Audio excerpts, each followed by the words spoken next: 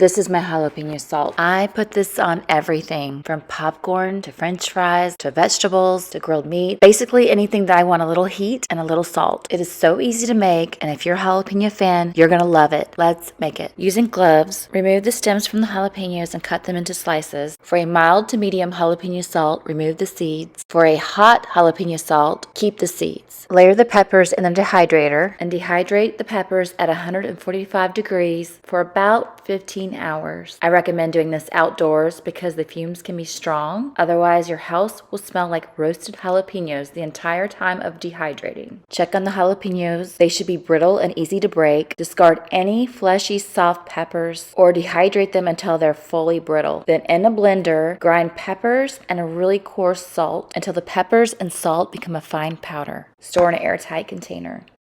For the full recipe and additional tips on how to make this, please visit aforkstill.com.